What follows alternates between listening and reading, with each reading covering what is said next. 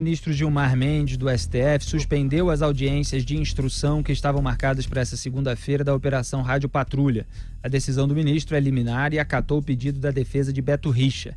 O ex-governador do Paraná é réu nessa operação por um suposto esquema de propina para desvio de dinheiro por meio de licitações no programa Patrulha do Campo para a recuperação de estradas rurais do estado, segundo o Ministério Público do Paraná. Além disso, conforme as investigações da operação, empresários e pessoas ligadas ao ex-governador ofereciam dinheiro em troca de atos de ofício por parte de agentes públicos para vencerem as licitações. As audiências desta segunda estavam marcadas para ouvir os delatores.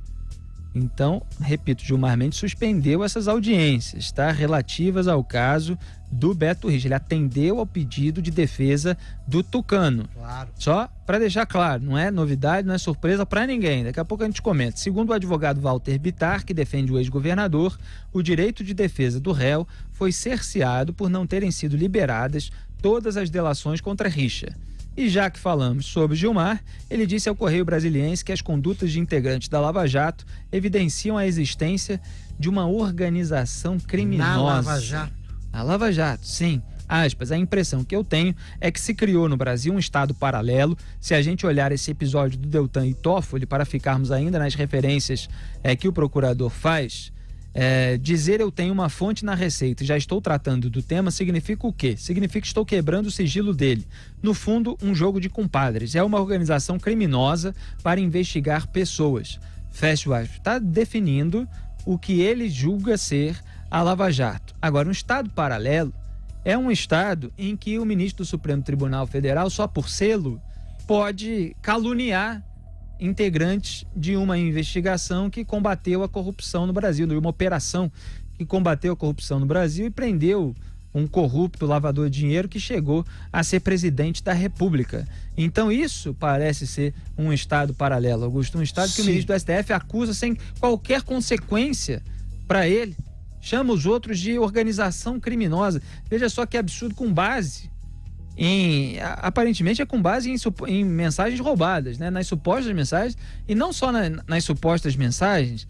Zé Maria, me corrija aqui se eu estiver errado, porque para mim ele está relatando o que ele depreendeu dessas mensagens. Então é uma acusação criminal baseada numa interpretação que obviamente contém ilações de mensagens roubadas que não foram sequer periciadas e autenticadas. Então, essa liberdade que o Gilmar Mendes tem para atacar todo mundo, atribuindo crimes às pessoas, é que é o verdadeiro estado paralelo. Então, a gente está, em alguns momentos, sob um regime autoritário do Poder Judiciário, Augusto. Serei breve.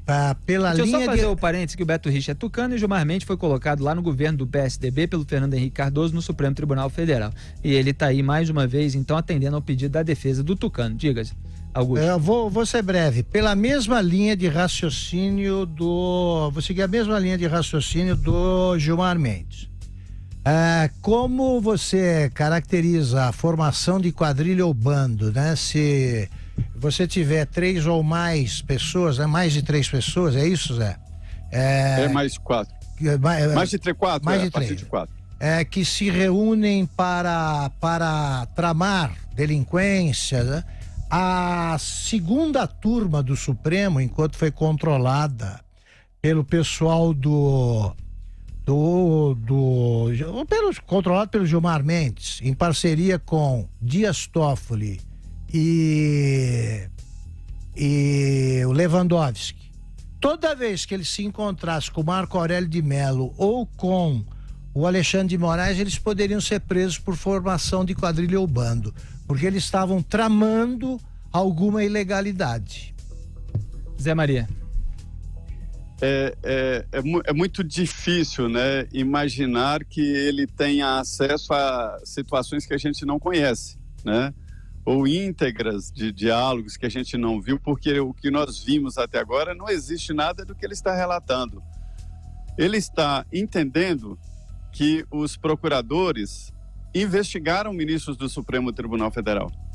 Isso, teoricamente, é grave, sim, porque só se investiga, pelo menos a Constituição determina, só se investiga um ministro do Supremo Tribunal Federal com autorização do próprio Supremo Tribunal Federal E a competência é a Procuradoria-Geral da República, e não primeira instância, que é o caso da Justiça Federal de Curitiba. Então, seria sério. Ou ele sabe de coisas que a gente não tem conhecimento ainda, né, de processos que tenham sido montados, o que eu acho impossível. O Deltan Dallagnol não faria uma coisa assim. Os procuradores da Lava Jato jamais investigariam ministros do Supremo Tribunal Federal, porque eles sabem que isso poderia colocar a perder todo o trabalho. Era tão evidente o cuidado, inclusive, do juiz Sérgio Moro, do então juiz Sérgio Moro, de que durante o depoimento, quando alguém citava foro privilegiado ou deputado, ou menina, ele parava para que o processo não subisse para o Supremo, porque eles sabiam que se o processo subisse naquele momento para o Supremo, a Operação Lava Jato seria interrompida. É tanto que os que vieram estão até hoje e não foram julgados. Ninguém foi preso, julgado aqui no Supremo, né? Então, é grave o que o ministro do Supremo fala, demonstra ali um desabafo, sim, né? No sentido de que ele e a mulher dele foram investigados, e eu acho muito difícil que isso aconteça. Formação de quadrilha é pesar demais, né? Isso aí é uma alucinação, não tem nada a ver. O que tem, eu falo desde o início... organização criminosa, ele diz.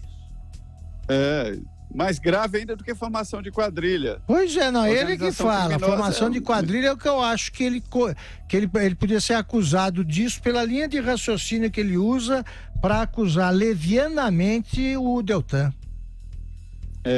E eu acho o seguinte, que ele falou demais, não é assim, ninguém investigou ministros do Supremo Tribunal Federal, ou ele sabe de situações que a gente não sabe. O que eu sei é o seguinte: a inveja, gente, ela mata, ela desmoraliza e ela persegue e também muda o curso da história.